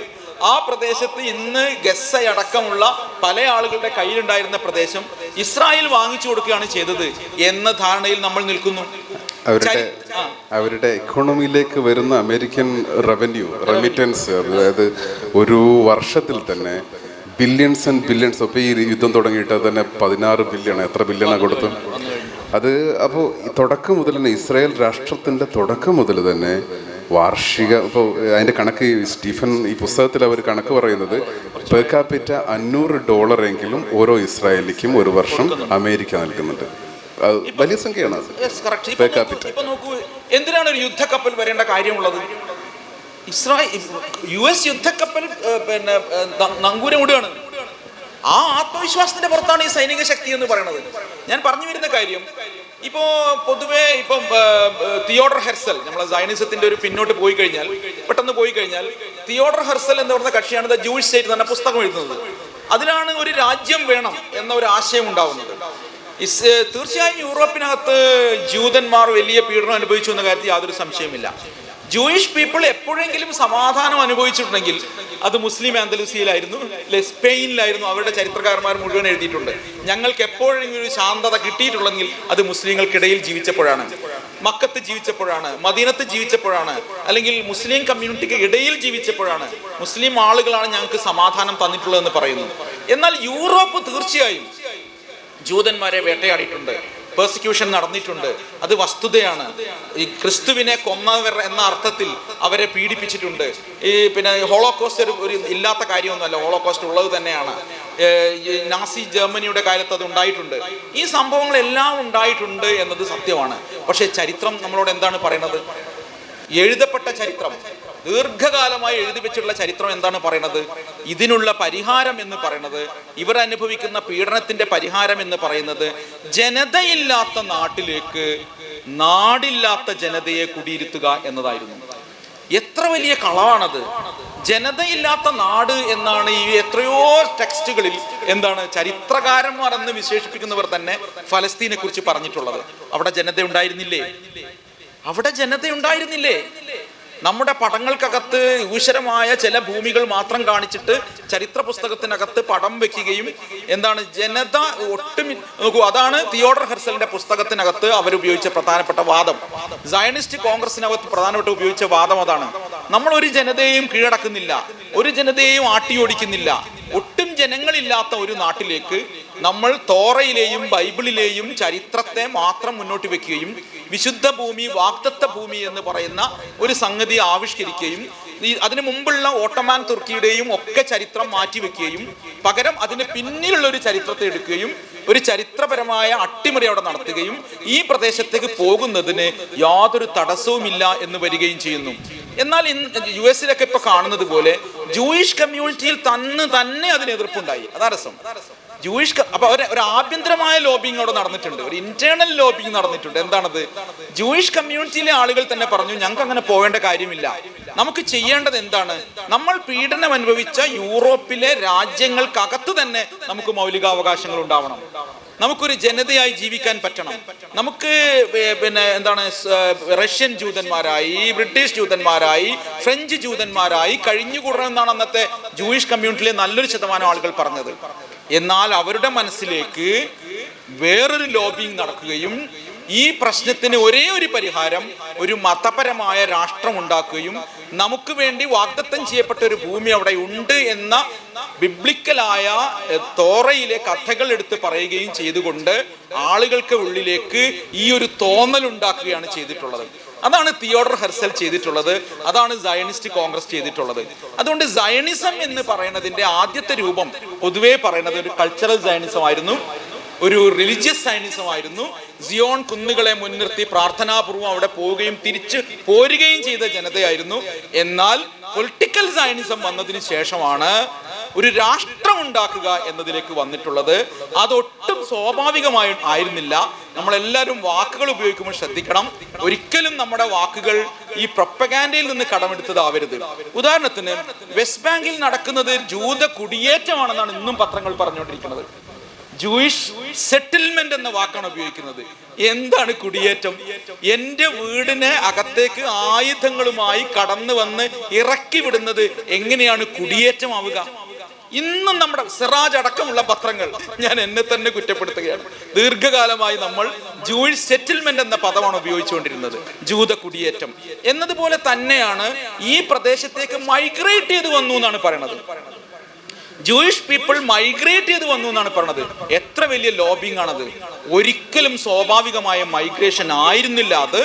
തിയോഡർ ഹെർസലിന്റെ പുസ്തകം വന്നതിന് ശേഷം, ജൂത കോൺഗ്രസിന് ശേഷം, ബേസിലിൽ നടന്ന ജൂത കോൺഗ്രസിന് ശേഷം അവർ കണ്ടെത്തിയ ഭാഗം എന്താണെന്ന് ചോദിച്ചാൽ, പരിശീലനം കിട്ടിയ കുടിയേറ്റമാണ് നടന്നത്. വൃദ്ധന്മാരെ മാറ്റി നിർത്തി, സ്ത്രീകളെ മാറ്റി നിർത്തി, യുവാക്കളായ ആളുകളെ, ആയുധസജ്ജരായ ആളുകളെ ക്യാമ്പുകൾ നടത്തി കുടിയേറ്റത്തിന് സജ്ജരാക്കി തന്നെയാണ് അങ്ങോട്ട് വന്നിട്ടുള്ളത്. അതുകൊണ്ട് നമ്മൾ ഇന്ന് കേൾക്കുന്ന ചരിത്രത്തെ മുഴുവൻ ഈ ഇന്റേണൽ ലോബിങ്ങിന് വിധേയമാക്കുകയും, നോക്കൂ, ഹോളോകോസ്റ്റ് തന്നെയും എക്സാജറേറ്റഡ് ഹോളോകോസ്റ്റ് ആണ് ജൂയിഷ് പീപ്പിളിന് പറഞ്ഞു കൊടുത്തത്. എക്സാജറേറ്റഡ് ഹോളോകോസ്റ്റ് ആയിരുന്നു. ഹോളോകോസ്റ്റ് ഇല്ല എന്ന് ഞാൻ പറയുന്നില്ല, പക്ഷെ അതിന്റെ ഉയർന്ന രൂപമായിരുന്നു. അതിനെ കുറച്ചും കൂട്ടി പറയാണ് ചെയ്തത്. റാൽഫ് ഷൂമാൻ അദ്ദേഹത്തിന്റെ പുസ്തകത്തിൽ പറയുന്നുണ്ട്, അന്നത്തെ സിയോണിസ്റ്റുകൾ, ശരിക്കും കേൾക്കണം നിങ്ങള്, നാസി സംഘങ്ങളുമായി സംസാരിച്ചു എന്നാണ്. നിങ്ങൾ കുറച്ചുകൂടി വിസിബിളായി ഞങ്ങളെ ആക്രമിക്കണം, നിങ്ങൾ കുറച്ചുകൂടി വിസിബിളായി ഞങ്ങളെ കൊല്ലണം, എന്നാൽ മാത്രമേ ഞങ്ങൾക്ക് ഞങ്ങളുടെ ജനതയോട് ഇത് ചൂണ്ടിക്കാണിച്ചു കൊടുക്കാൻ പറ്റുള്ളൂ. എന്നിട്ട് വേണം അവരെ ഈ ജൂത രാഷ്ട്രം എന്ന് പറഞ്ഞ കൺസെപ്റ്റിലേക്ക് പൂർണ്ണമായി കൊണ്ടുവരാൻ. ഇത്രമേൽ പണികൾ അന്ന് നടത്തിയിട്ടുണ്ട് എന്ന് നമ്മൾ മനസ്സിലാക്കണം. അങ്ങനെയാണ് ഇത് പടിപടിയായി രൂപപ്പെടുത്തി വന്നിട്ടുള്ളത്. സിയോണിസത്തിന്റെ ഏറ്റവും കടുത്ത രൂപമായിരുന്നു പൊളിറ്റിക്കൽ സിയോണിസം.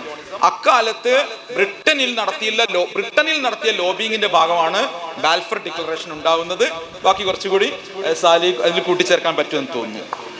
അതെ, ഈ വാക്കുകളുടെ രാഷ്ട്രീയം അത് ഈ ഒരു കോണ്ടെക്സ്റ്റിൽ, ഈ ഒരു ഹിസ്റ്റോറിക്കൽ കോണ്ടെക്സ്റ്റിൽ നമ്മൾ വളരെ സൂക്ഷ്മമായിട്ട് പഠിക്കേണ്ടതാണ്. ഇപ്പോൾ നേരത്തെ സാറ് പറഞ്ഞ പോലെയുള്ളത്, അതുപോലെ ഇത് കൃത്യമായിട്ട് പൊളിറ്റിക്കൽ സയൻറ്റിസ്റ്റുകളൊക്കെ പറയുന്നത് സെറ്റിലർ കൊളോണിയലിസം എന്നതാണ്. It's A colonial form, it's A form of colonialism, അതിലൊരു സംശയവുമില്ല. കുടിയേറ്റ കോളനിവൽക്കരണം, പരമ്പരാഗത കോളനിവൽക്കരണം നമുക്കറിയാം. ഇവിടെ വന്ന് നമ്മുടെ സാധനങ്ങളൊക്കെ എക്സ്ട്രാക്ട് ചെയ്ത് തിരിച്ച് ഇവിടുന്ന് കുരുമുളകും ഈ മറ്റു സ്പൈസസൊക്കെ അങ്ങോട്ട് കൊണ്ടുപോയി കൊള്ളയടിച്ച് കൊണ്ടുപോയി അവരുടെ രാഷ്ട്രം, അവരുടെ തിണ്ണ വീർപ്പിച്ചിരുന്ന കാലം ഉണ്ടായിരുന്നു. അത് പരമ്പരാഗത കൊളോണിയലിസം. ഇംഗ്ലണ്ടും ഫ്രാൻസും ജർമ്മനിയും ഇറ്റലിയും ഒക്കെ ചെയ്തുകൊണ്ടിരുന്ന കൊളോണിയലിസം. ഇപ്പോൾ ഇസ്രയേൽ നമ്മുടെ കൺമുമ്പിൽ 21-ാം നൂറ്റാണ്ടിൽ ചെയ്തുകൊണ്ടിരിക്കുന്ന ഈ form of colonialism, it's A settler colonialism. ഇപ്പോൾ ഗസയിൽ ശക്തമായിട്ടുള്ള മൃഗീയമായിട്ടുള്ള ഈ ആക്രമണം നടക്കുന്ന സമയത്ത് തന്നെ വെസ്റ്റ് ബാങ്കിൽ, നിങ്ങൾ മാപ്പ് അവിടെ ഉണ്ടോ എന്നറിയില്ല, വെസ്റ്റ് ബാങ്കിൽ ശക്തമായിട്ടുള്ള സെറ്റിലർ കൊളോണിയൽ മൂവ്മെൻറ്റ് നടന്നുകൊണ്ടിരിക്കുക. അപ്പോൾ ഈ പാവപ്പെട്ട വെസ്റ്റ് ബാങ്കിലെ പലസ്തീനിയൻ കർഷകന് തൻ്റെ ഒലീവ് മരം ഹാർവസ്റ്റിങ്ങിന് പോകാൻ കഴിയില്ല, അവനെ വെടിവെച്ചിടുന്നു. ഇതൊക്കെ വളരെ പച്ചയായ യാഥാർത്ഥ്യങ്ങളാണ്. പക്ഷെ ഈ പച്ചയായ യാഥാർത്ഥ്യങ്ങൾ, ഈ ഇൻകാർസിറേഷൻ, ഒരു കാരണം കൂടാതെ ജയിലിലടക്കുക, സ്ത്രീകളെ മാനഭംഗപ്പെടുത്തുക, ഇത് ഒരു എവ്രി ഡേ ഒക്കറൻസ് ആണ്. It's part of their every day life. അങ്ങനെ മനുഷ്യർ എൻറേജ്ഡ് ആയിട്ടുള്ള, രോഷാകുലരായിട്ടുള്ള ഒരു ടൈനി പോപ്പുലേഷനെയാണ് കൺട്രോൾഡ് ആയിട്ട് ഇവരെ ലോകത്തെ തന്നെ the largest prison open air പ്രിസണിൽ ഏറ്റവും തുറന്ന ജയിലിനകത്ത് പ്രതിഷ്ഠിച്ചിട്ടുള്ളത്. അങ്ങനെയുള്ള ആളുകൾ എന്തെങ്കിലും ചെയ്തു കഴിഞ്ഞാൽ, ഇന്നലെ ഇവർ പറഞ്ഞ പോലെ എന്തെങ്കിലും ചെയ്തു കഴിഞ്ഞാൽ ആ ടെർമിനോളജി, അതിന് പറയുന്ന വാക്ക് ടെററിസം എന്നുള്ളതാണ്. സോ വാക്കുകളുടെ രാഷ്ട്രീയം വളരെ നിർണായകമായി നമ്മൾ പഠിക്കേണ്ട ഒരു ഘട്ടം കൂടിയാണിത്. ലോബികൾ ഇപ്പോൾ ശരിക്കും പറഞ്ഞാൽ ഇസ്രായേൽ ലോബിയുടെ ഡെഫിനിഷനൊക്കെ അക്കാഡമിക്കലി ഈ പുസ്തകത്തിൽ പറയുന്നുണ്ട്. പൊളിറ്റിക്കൽ സയൻറ്റിസ്റ്റുകളാണ്. They are a pressure group, interest groups, you know aligned for certain interest എന്നൊക്കെ. പക്ഷെ സത്യത്തിൽ പച്ച മലയാളത്തിൽ നമ്മളുടെ നാടൻ ഭാഷയിൽ ഇവരുടെ ഡെഫിനിഷൻ പറഞ്ഞു കഴിഞ്ഞാൽ അമേരിക്കയുടെ എച്ചിൽ നക്കികളാണ്. അമേരിക്കയുടെ എച്ചിൽ വാരാൻ വേണ്ടിയിട്ട് ഉണ്ടാക്കിയിട്ടുള്ള ഒരു ലോബി, ഒരു എൻറ്റിറ്റികളാണ് ഇസ്രായേൽ ലോബി എന്നുള്ളത്. അപ്പോൾ അതിലെന്തെങ്കിലും കുറവ് വരുമ്പോൾ, കിട്ടുന്നതിൽ എന്തെങ്കിലും കുറവ് വരുമ്പോൾ വളരെയധികം സ്വാധീനം ചെലുത്തി അതിലെ കൂടുതൽ ഇവരുടെ കൊളോണിയൽ, ഈ സെറ്റിലർ കൊളോണിയൽ എൻഡവറിന് വേണ്ടിയിട്ട് നിരന്തരമായി ശ്രമിച്ചുകൊണ്ടിരിക്കുന്ന പാർട്ടികളാണ് ഇസ്രായേൽ ലോബികൾ. അതിലേറ്റവും ശക്തമായത് നേരത്തെ പറഞ്ഞ ഐപാക് എന്ന ഓമന പേരിൽ വിളിച്ചിട്ടുള്ള American Israel public affairs committee. ഇവരുടെ തന്നെ കഴിഞ്ഞ ഒരു ഡേറ്റ സ്റ്റാറ്റിസ്റ്റിക്സ് പുറത്തു വന്നിരുന്നു. വളരെ ഏറ്റവും കൂടുതൽ രണ്ട് പാർട്ടികൾക്കും, റിപ്പബ്ലിക്കൻ ഡെമോക്രാറ്റിക് പാർട്ടികൾക്കും ഫണ്ടിങ് നൽകിയിട്ടുള്ളത് കഴിഞ്ഞ ഇലക്ഷനിൽ ഐപാക് ആണ്, American Israel public affairs Committee. അപ്പോൾ ഈ ഫണ്ടിങ് അവർക്ക് തിരിച്ചു കിട്ടുന്നുണ്ട്. ഏത് വഴി? ഇവർ once they are elected and they are in the office, ആ ഫണ്ട് അവർക്ക് അതിലും കൂടുതലായിട്ട്, അതൊരു ഇൻവെസ്റ്റ്മെൻ്റ് ആണ്, അതിൽ കൂടുതലായിട്ട് അത് ലാഭവും അതിൻ്റെ എല്ലാ കൊള്ള ലാഭവും അടക്കം ഇസ്രായേലിലേക്കും എത്തുന്നുണ്ട്, അവരുടെ പോക്കറ്റിലേക്ക്. അപ്പോൾ ഐപാക് എന്നൊക്കെ പറയുന്നത് നേരത്തെ മാഷ് സൂചിപ്പിച്ച പോലെ വലിയൊരു ശൃംഖലയാണ്. അവർ ഒരു വാഷിങ്ടണിലെ വൈറ്റ് ഹൗസ് പോലെ തന്നെ അവർക്ക് ഒരു വലിയ ഓഫീസുണ്ട്. ഐപാക്കിന് ഒരു 500 പേര് ഇരുന്ന് വർക്ക് ചെയ്യുന്നൊരു ഓഫീസുണ്ട്. അതുപോലെ ലോകത്ത് മുഴുവൻ വ്യാപിച്ചു കിടക്കുന്ന എംപ്ലോയീസ് ഒക്കെ ഉണ്ട്. പക്ഷെ ഈ ഒരു ടൈനി പോപ്പുലേഷൻ, ഈ ഒരു വളരെ നിസ്സാര പോപ്പുലേഷൻ ഇങ്ങനെയുള്ള അമേരിക്ക എന്ന് പറയുന്ന ഏകധ്രുവ ലോകത്തിൻ്റെ ഈ പോലീസിനെ നിയന്ത്രിക്കാൻ കഴിയുന്നുണ്ടെങ്കിൽ അത് ആ പ്രൊപ്പഗാൻഡ മെഷീൻ്റെ വിജയം തന്നെയാണെന്ന് നമ്മൾ മനസ്സിലാക്കണം. ഒന്നതാണ്. മറ്റൊന്ന്, ഇപ്പോൾ ഈ സെറ്റിലർ കൊളോണി എന്ന് പറഞ്ഞു, ഇപ്പം നേരത്തെ സയൻസിൻ്റെ ചരിത്രം പറയുമ്പോൾ സാറ് പറഞ്ഞു, സെറ്റിലർ ഈ കുടിയേറ്റക്കാർ ഇതൊരിക്കലും ഒരു മുസ്ലിമിൻ്റെയോ അറബിയുടെയോ പ്രശ്നമായിരുന്നില്ലല്ലോ. അപ്പോൾ ഇത് മുസ്ലിം പ്രശ്നമായി വരുന്നത് എപ്പോഴാണ്? ഇപ്പോഴും ഇതൊരു അറബികൾ തീരുമാനിക്കേണ്ട, മുസ്ലിങ്ങൾ തീരുമാനിക്കേണ്ട ഒരു വിഷയമായിട്ട് മാറുന്നത് എപ്പോഴാണ് എന്നുകൂടി നമ്മൾ ഈ ഒരു കോണ്ടെക്സ്റ്റിൽ പഠിക്കേണ്ടതുണ്ട്. ഇത് വളരെ നമ്മൾ വായിച്ചാൽ വളരെ രസകരമായി തോന്നും. ഈ ബ്രിട്ടൻ ഇത് തീരുമാനിക്കുന്നത് നമ്മൾ ആലോചിക്കണം. ബ്രിട്ടീഷ് മാൻഡേറ്റ് എന്നാണ് അന്ന് അറിയപ്പെടുക, ഫലസ്തീൻ മാൻഡേറ്റ് എന്നാണ് ആ പ്രദേശത്തെ അറിയപ്പെടുക. ജൂയിഷ് നമ്മളെ ഓട്ടോമാൻ തുർക്കികളുടെ ഭരണം അവിടെ അവസാനിച്ചതിന് ശേഷം ഫ്രാൻസും ബ്രിട്ടനും ഈ പ്രദേശം ഭരണം കൈയാളുന്നു. ഒരു ജൂയിഷ് പ്രോബ്ലം യൂറോപ്പിലുണ്ട്. കാരണം ഇവരെന്തെങ്കിലും ഒന്ന് ചെയ്തേ പറ്റൂ. ഇവർ കടുത്ത പീഡനം അനുഭവിക്കുകയാണ്. ഇവർ തന്നെ ഉണ്ടാക്കിയ ഒരു ഐഡിയോളജിന്റെ ഒരു പ്രശ്നം അതാണ്. ഒരു ജനതയെ കൊല്ലേണ്ടവരാണ്, ആട്ടി ഓടിക്കേണ്ടവരാണ് എന്ന ഒരു ധാരണ ഒരു ഭരണകൂടമോ ഭരണത്തിനകത്തിരിക്കുന്നവരോ ഉറപ്പിച്ചു കഴിഞ്ഞാൽ പിന്നെ ജനത പെരുമാറുക നമുക്ക് പോലും നിയന്ത്രിക്കാൻ പറ്റാത്ത സ്ഥിതിയിലായിരിക്കും. ഇപ്പൊ റോഹിംഗ്യൻ മുസ്ലിങ്ങളെ കൊല്ലേണ്ടവരാണ് എന്ന് അവിടുത്തെ ഭരണകൂടം പൗരത്വത്തിന് പുറത്താക്കുന്നതിലൂടെ തീരുമാനിക്കുന്നു. 1982 പൗരത്വ നിയമത്തിന്റെ ഭാഗമായി, നിങ്ങൾ വളരെ ഇന്ത്യയിൽ ഇരുന്നുകൊണ്ട് ഇത് കേൾക്കുമ്പോൾ നമുക്ക് ഉള്ളിലൊരു വല്ലാത്തൊരു സാധനം വരും. മനസ്സിലാക്കുന്നവർക്ക് മനസ്സിലാവും ഞാൻ പറയുന്നത് എന്താണെന്ന്. 1982 പൗരത്വ നിയമത്തിന്റെ ഭാഗമായി റോഹിംഗ്യകളെ പുറത്താക്കി.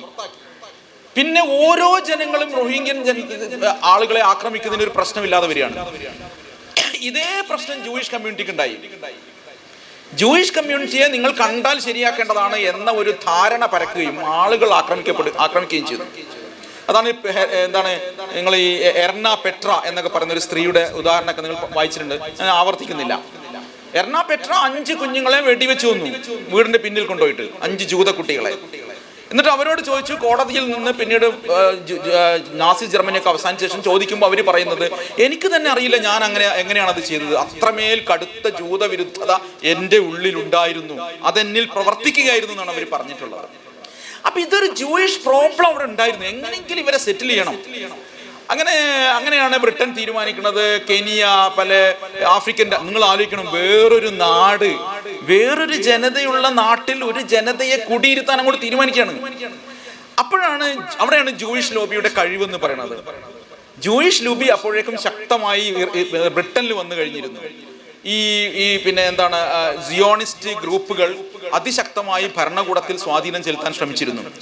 കളവിന്റെ പുറത്താണ് ഇത് ഉണ്ടാക്കുക. വളരെ സിമ്പിളാണ് എന്ന് പറഞ്ഞാൽ, ഇവര് പറയുന്നു 1-ാം ലോകമഹായുദ്ധത്തിൽ ബ്രിട്ടൻ ഇച്ചിരി തിരിച്ചടികൾ ഉണ്ടായ ഒരു സമയമാണ്, അതുകൊണ്ട് നിങ്ങൾക്ക് ഞങ്ങൾ സഹായിക്കാം. ഞങ്ങൾക്ക് സോവിയറ്റ് യൂണിയനിൽ പുതുതായി വന്ന ഭരണകൂടവുമായി നല്ല ബന്ധമുണ്ട്. കളവ് വരുന്നത് നോക്കണം നിങ്ങൾ. സോവിയറ്റ് യൂണിയനിൽ അപ്പോഴേക്കും 1917 എന്താണ്, ബോൾഷെവിക് റവല്യൂഷന്റെ ഭാഗമായി പുതിയൊരു ഭരണകൂടം ഉണ്ടായിരിക്കുന്നു. ഈ ഭരണകൂടവുമായി ഞങ്ങൾക്ക്, സോവിയറ്റ് യൂണിയനിൽ അന്ന് ജൂയിസ് നന്നായിട്ടുണ്ട്, ജൂയിഷ് പീപ്പിൾ ഉണ്ട്, ഞങ്ങൾക്ക് ഈ ഭരണകൂടവുമായി അടുത്ത ബന്ധമുണ്ട്, അതുകൊണ്ട് ഇതിന്റെ നെഗോസിയേഷൻസ് ഒക്കെ ഞങ്ങൾ നടത്തി തരാം. ഞങ്ങളുടെ കയ്യിൽ നിരവധി രഹസ്യങ്ങളുണ്ട്. രഹസ്യങ്ങൾ ആർക്കും പറയാൻ പറ്റുന്ന ഒരു കാര്യമാണ്, രഹസ്യങ്ങളുണ്ട്. അതുകൊണ്ട് നിങ്ങളെ യുദ്ധത്തിൽ ഞങ്ങൾ സഹായിക്കാം, നിങ്ങളൊരു ഉറപ്പ് മാത്രം തന്നാൽ മതി. ഈ പ്രദേശത്ത് ഞങ്ങളെ കുടിയിരുത്തുമെന്നൊരു ഹോംലാൻഡ് തരുമെന്ന ഉറപ്പ് മാത്രം തന്നാൽ മതി. ആ ഉറപ്പാണ് യഥാർത്ഥത്തിൽ വെറും ഒരു രേഖയാണ് എന്ന് പറയുന്നത്. ഈ സാധനം എന്ന് പറയുന്നത് ബാൽഫർ ഡിക്ലറേഷൻ എന്ന് പറയുന്നത്. ഈ ബാൽഫർ ഡിക്ലറേഷൻ ഉണ്ടാവുന്നതോടുകൂടി എന്ത് സംഭവിക്കുന്നു? ബാൽഫർ ഡിക്ലറേഷൻ ഉണ്ടാവുന്നതോടുകൂടി ജൂയിഷ് കമ്മ്യൂണിറ്റി വലിയ ആഹ്ലാദത്തിലാവുന്നു.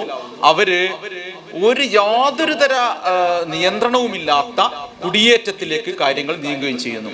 ഞാൻ പറയുന്നത് നിങ്ങൾക്ക് കിട്ടുന്നുണ്ടെന്ന് ഞാൻ കരുതുന്നു. എന്ന് വെച്ചാൽ, ഒരു ലോബിങ്ങിന്റെ ഭാഗമായി നിങ്ങളൊരു ഭരണകൂടത്തെ ഒരു പരിധിയിൽ എത്തിച്ചു കഴിഞ്ഞാൽ, ഒരു തീരുമാനത്തിൽ എത്തിച്ചു കഴിഞ്ഞാൽ, വെറും ഒരു ഉറപ്പിൽ എത്തിച്ചു കഴിഞ്ഞാൽ, പിന്നെ ബാക്കി എന്താണ്, തീവ്ര സംഘങ്ങളെ ഉപയോഗിച്ച് നടപ്പിലാക്കുകയാണ് ചെയ്യുക. ഉദാഹരണത്തിന്, ഈ ജൂത കുടിയേറ്റത്തിന് വേണ്ടിയുള്ള ഒരു മണ്ണൊരുക്കൽ മാത്രമായിരുന്നു ബാൽഫർ ഡിക്ലറേഷൻ. നിങ്ങൾക്ക് ഫലസ്തീൻ മാൻഡേറ്റ് നോക്കൂ, ഫലസ്തീൻ രാജ്യമില്ല എന്നത് പറയുന്നവരുള്ള ഉത്തരം ആ ബാൽഫർ ഡിക്ലറേഷൻ തന്നെയാണ്. ആ ഡിക്ലറേഷനിൽ തന്നെ പറയുന്നത് ഫലസ്തീൻ മാൻഡേറ്റ് എന്ന പദം തന്നെയാണ് അവിടെ ഉപയോഗിക്കുന്നത്. അവിടെ ജനത ഉണ്ടായിരുന്നില്ല എന്ന് പറയുന്നവർക്കുള്ള മറുപടി സത്യത്തിൽ ബ്രിട്ടൻ തന്നെയാണ്. ബ്രിട്ടീഷ് രേഖകൾ തന്നെയാണ് ഏറ്റവും പ്രധാനപ്പെട്ട കാര്യം. അത് വാദിച്ച് ജയിക്കേണ്ട കാര്യമില്ല. ഇങ്ങനെ വന്നിട്ടുള്ള ഈ ബാൽഫർ ഡിക്ലറേഷൻ വന്നോടുകൂടി അക്രമാസക്തമായ കുടിയേറ്റം നടക്കുന്നു. 2 ഭീകര സംഘങ്ങളെ നിങ്ങൾ തീർച്ചയായും അറിഞ്ഞിരിക്കണം. അതൊന്ന് ഹഗാന എന്നാണ്, മറ്റൊന്ന് ഇർഗുൻ എന്നാണ്. രണ്ടും ഹീബ്രു ഭാഷയിലുള്ള പേരുകളാണ്. ഈ 2 ഭീകര സംഘങ്ങളെ നമ്മൾ ആഗോള ഭീകര സംഘങ്ങളെ എണ്ണുമ്പോഴൊന്നും എണ്ണാറില്ല എന്നുകൂടി മനസ്സിലാക്കുക. നമ്മൾ തന്നെയും ആഗോള ഭീകര സംഘങ്ങളെ എണ്ണുമ്പോൾ അറബി പേരുകൾ മാത്രം ഉച്ചരിക്കാൻ തീരുമാനിച്ചിരിക്കുന്നു. നമ്മൾ ആരും ആഗോള ഭീകരരുടെ പട്ടിക എണ്ണുമ്പോൾ അഷിൻ വിരാധുവിനെ എണ്ണാറില്ല. അദ്ദേഹം എന്താണ്, മ്യാൻമറിലെ ബുദ്ധ തീവ്ര വിഭാഗമാണ്. ഇതാണ് ദ ഫേസ് ഓഫ് ടെറർ എന്ന്, the face of Buddhist terror എന്ന് ടൈം മാഗസിൻ മുഖചിത്രം പ്രസിദ്ധീകരിച്ച ആളാണ്. പക്ഷെ നമ്മൾ എണ്ണാറില്ല. അതുപോലത്തെ 2 സംഘങ്ങളാണ് ഏതെന്ന് പറയുന്നത്, ഈ ഇർഗുൻ ആൻഡ് ഹഗാന എന്ന് പറയുന്നത്. അപ്പൊ ഒരു ഭാഗത്ത് ലോബിയിങ്ങിന്റെ ഭാഗമായി ഭരണകൂടങ്ങളെ കൊണ്ട് തീരുമാനമെടുപ്പിക്കുന്നു, മറുഭാഗത്ത് അത് നടപ്പാക്കാൻ വേണ്ടി ഭീകര സംഘങ്ങളെ രൂപപ്പെടുത്തുന്നു. ഈ സംഘങ്ങളെ രൂപപ്പെടുത്തിയതിനു ശേഷം ഈ ഇർഗുനും ഹഗാനയുമായി പലതരം ഏറ്റുമുട്ടലുകൾ ഉണ്ടാകുന്നു. ബ്രിട്ടൻ തന്നെ ഒരു ഘട്ടത്തിൽ പറയുന്നുണ്ട്, ഒരു വൈറ്റ് പേപ്പർ ഇറക്കുന്നു, നിങ്ങൾ ഇങ്ങനെ കുടിയേറാൻ പറ്റില്ല, കുടിയേറ്റത്തിന് പരിധി വെക്കണം എന്ന് പറയുന്നു. ഈ ഒരൊറ്റ കാരണം കൊണ്ട് ഇർഗുൻ ഹഗാന ഭീകര സംഘങ്ങൾ ബ്രിട്ടീഷ് മേലധികാരികളെ തന്നെ ആക്രമിക്കുന്ന സ്ഥിതി വന്നു. നിരവധി ഭീകരാക്രമണങ്ങൾ ഉണ്ടായിട്ടുണ്ട്. അപ്പോൾ ഞാൻ പറയുന്നത്, ഇസ്രായേൽ ഉണ്ടാകുന്നതിന് മുമ്പ് തന്നെ ടെററിസം രൂപപ്പെട്ടു വന്നിട്ടുണ്ടായിരുന്നു, ഒക്യുപ്പേഷൻ രൂപപ്പെട്ടു വന്നിട്ടുണ്ടായിരുന്നു. 1948 ശേഷമുള്ള ഒരു ഇഷ്യൂവേ അല്ല ഇത്. ഹമാസ് ഉണ്ടാകുന്നതിന് ശേഷമുള്ള പ്രശ്നമേ അല്ല ഇത്. നിരന്തരം ലോക രാജ്യങ്ങളെ മേൽ സ്വാധീനം ചെലുത്തി ഉണ്ടാക്കിയെടുത്തിട്ടുള്ള ആ അഭിപ്രായങ്ങൾ ചരിത്രങ്ങൾ നിർമ്മിത ചരിത്രങ്ങൾ ഉണ്ടാക്കിയെടുത്തിട്ടുള്ള പ്രൊപ്പഗാൻഡ, നിരന്തരം ഇന്നും നടക്കുന്ന പ്രൊപ്പഗാൻഡങ്ങളുടെ ഭാഗമായി രൂപപ്പെടുത്തിയിട്ടുള്ള ഒരു ശക്തിയാണ് ഇന്ന് ഇസ്രായേൽ അനുഭവിക്കുന്നത്. അതുകൊണ്ട് എങ്ങനെയാണ് അതിന് മറുമരുന്ന് ചോദിച്ചാൽ ഒറ്റ ഉത്തരമേ ഉള്ളൂ. നിങ്ങൾ നിരന്തരം ഈ പ്രൊപ്പഗാൻഡയ്ക്കെതിരായ വാദങ്ങൾ ഉന്നയിച്ചുകൊണ്ടിരിക്കുക, അത് പഠിച്ച് പറഞ്ഞുകൊണ്ടിരിക്കുക. ഒരിക്കലും വൈകാരികമായി അല്ല ഇതിനോട് പ്രതികരിക്കേണ്ടത്. ഞങ്ങളുടെ ബൈത്തുൽ മുഖദ്ദസ് അവിടെ ഉണ്ട് എന്ന് നിങ്ങൾ വൈകാരികമായി ആലോചിച്ചുള്ളൂ, കുഴപ്പമില്ല. സത്യം, ഉമർ ഖത്താബ് അവിടെ വന്നിട്ട് മറ്റുള്ളവരുടെ പിന്നെ വിശ്വാസങ്ങളെ പിന്തുണച്ചു എന്ന് നിങ്ങൾ പറഞ്ഞുകൊള്ളൂ, പ്രശ്നമില്ല. നിങ്ങൾ സലാഹുദ്ദീൻ അയ്യൂബിയുടെ ചരിത്രം പറഞ്ഞുകൊള്ളൂ, പ്രശ്നമല്ല. പക്ഷെ ഇന്നത്തെ നിങ്ങളുടെ ഈ പ്രതിസന്ധിക്കുള്ള പരിഹാരം എന്ന് പറയുന്നത് യഥാർത്ഥത്തിൽ വളരെ പൊളിറ്റിക്കലായ ഒരു പരിഹാരമാണ് ഉണ്ടാവേണ്ടത്. ആ പൊളിറ്റിക്കലായ പരിഹാരത്തിലേക്ക് ലോകരാജ്യങ്ങളെ കൊണ്ടുവരണമെങ്കിൽ ലോകത്തിന്റെ നാനാഭാഗത്തുനിന്ന്, നമ്മളൊക്കെ കുറേ തലകളല്ലേ, ഈ മസ്തിഷ്കങ്ങളെല്ലാം ഈ പ്രൊപ്പഗാൻഡയും ലോബിങ്ങിന്റെയും പിന്നെ കുണുക്കുകളെ, അതിന്റെ തന്ത്രങ്ങളെ പൊളിച്ചുകൊണ്ടിരിക്കാനുള്ള ചരിത്രപരമായ കാര്യങ്ങൾ പറഞ്ഞുകൊണ്ടിരിക്കുക എന്നുള്ളത് മാത്രമാണ് ഇതിന്റെ യഥാർത്ഥ ഐക്യദാർഢ്യം എന്ന് പറയുന്നത്. ഇപ്പൊ ഏറ്റവും പുതുതായി നിങ്ങൾ കാണാം, ഇറാൻ ഇതിലേക്ക് ഇറക്കാൻ നോക്കുകയാണ്. ഇറാനെ ഒരു പ്രോക്സി വാർ വിട്ട് ഇറാൻ ഇതിൽ ഇറക്കി കഴിഞ്ഞാൽ, ഞാൻ പറയണു, നിങ്ങൾ ആരും തന്നെ ഇറാനെ ഭയങ്കരമായിട്ട് ഗ്ലോറിഫൈ ചെയ്യരുത് ഈ സമയത്ത് എന്നാണ് എൻ്റെ അഭിപ്രായം വ്യക്തിപരമായി. ഇപ്പൊ ചിലരും പറയുന്നുണ്ട് ഇറാൻ ഇറങ്ങും, ഹൂത്തികൾ ഇറങ്ങിക്കഴിഞ്ഞിരിക്കുന്നു, ഇതൊരു വലിയ സാധനമായി വരും, ഹമാസിനെ പിന്തുണക്കുന്നു. ഒന്നും നടക്കാൻ പോകുന്നില്ല എന്ന് മാത്രമല്ല, ഇറാനെ ഇറക്കണം എന്ന് തന്നെയാണ് ഇവിടെ ഇപ്പോൾ ആഗ്രഹിക്കുന്നത്. അതൊരു ലാർജർ വാറിലേക്ക് പോകണം എന്നത് തീർച്ചയായും ഇപ്പോഴുള്ള ഡിസൈനാണ്. നെതന്യാഹുവിന് ദീർഘമായ ഒരു യുദ്ധമാണ് ആവശ്യമുള്ളത്. പ്രശ്നം പരിഹരിച്ചാൽ അദ്ദേഹത്തിന് ആഭ്യന്തരമായ എല്ലാ പ്രശ്നങ്ങളും രൂപപ്പെട്ടു വരും. അതുകൊണ്ട് ലോകത്തുടനീളം ഈ യുദ്ധം തുടരണം എന്ന ഒരു ആശയഗതി അദ്ദേഹം ഉണ്ടാക്കുന്നു. ലോകത്തെ പല രാജ്യങ്ങൾക്കും, മിക്ക രാജ്യങ്ങൾക്കും ഇന്നത് ബോധ്യമില്ലാത്ത കാര്യമാണ്. UN-ൽ വീറ്റോ അധികാരമുള്ളത് കൊണ്ട് മാത്രമാണ് US ഇപ്പോൾ പിടിച്ചു നിൽക്കാൻ പറ്റുന്നത്. നല്ല ശതമാനം രാജ്യങ്ങളും എതിരായി സംസാരിച്ചുകൊണ്ടിരിക്കുന്നു. അപ്പോൾ എന്തു വേണം? ജനങ്ങളുടെ സൈക്കിനെ, ലോകരാജ്യങ്ങളുടെ സൈക്കിനെ മാറ്റണമെങ്കിൽ ഇറാൻ ഇറങ്ങണം. ഇറാൻ ഇറങ്ങിക്കഴിഞ്ഞാൽ ഇവർക്ക് കുറച്ചും കൂടി പറയാൻ പറ്റും, അരക്ഷിതമായ ഒരു മിഡിൽ ഈസ്റ്റ് ഉണ്ടായിരിക്കുന്നു, അതുകൊണ്ട് ഇനി ഞങ്ങൾക്ക് ഇറങ്ങിയേ പറ്റൂ എന്നൊരു ധാരണ അവിടെ പരത്താൻ പറ്റും.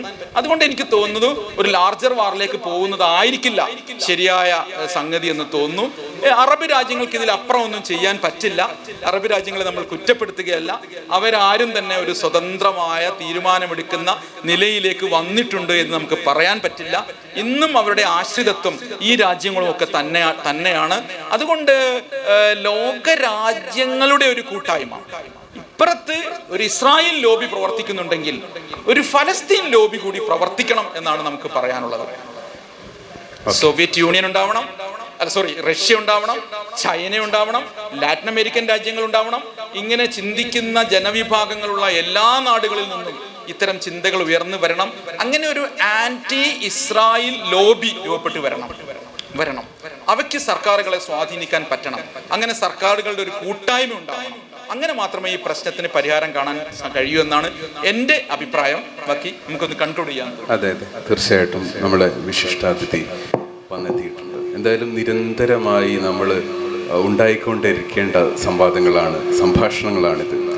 കഴിഞ്ഞ 75 വർഷങ്ങളോളമായി മനുഷ്യർ ഈ ഒരു ചെറിയ നിസ്സാരമായിട്ടുള്ള ഭൂപ്രദേശത്ത് ആളുകൾ കഷ്ടപ്പെടുന്ന, അനുഭവിക്കുന്ന പീഡനങ്ങൾ, മർദ്ദനങ്ങൾ, അത് നമ്മുടേത് തന്നെ ആയി നമ്മൾ അനുഭവിക്കുന്നുണ്ട്. ആ ഒരു എംപതറ്റിക്കൽ പോയിന്റ് ഓഫ് റിട്ടേണിൽ നിന്നാണ് നമ്മൾ സത്യത്തിൽ ഈ ഒരു റിട്ടേൺ ഓഫ് ഫേവർ നൽകുന്നത്. അതുകൊണ്ട് എനിക്ക് പറയാനുള്ളത്, ഒരുമിച്ച് പറയാനുള്ളത്, ഈ ഒരു സംഭാഷണം നമ്മൾ ഏർപ്പെട്ടുകൊണ്ടിരിക്കുന്ന ഈ ഒരു സംഭാഷണം വളരെ സീരിയസ് ആയിട്ട്, ഗൗരവപൂർണമായിട്ട് തുടരേണ്ട സംഭാഷണമാണ്.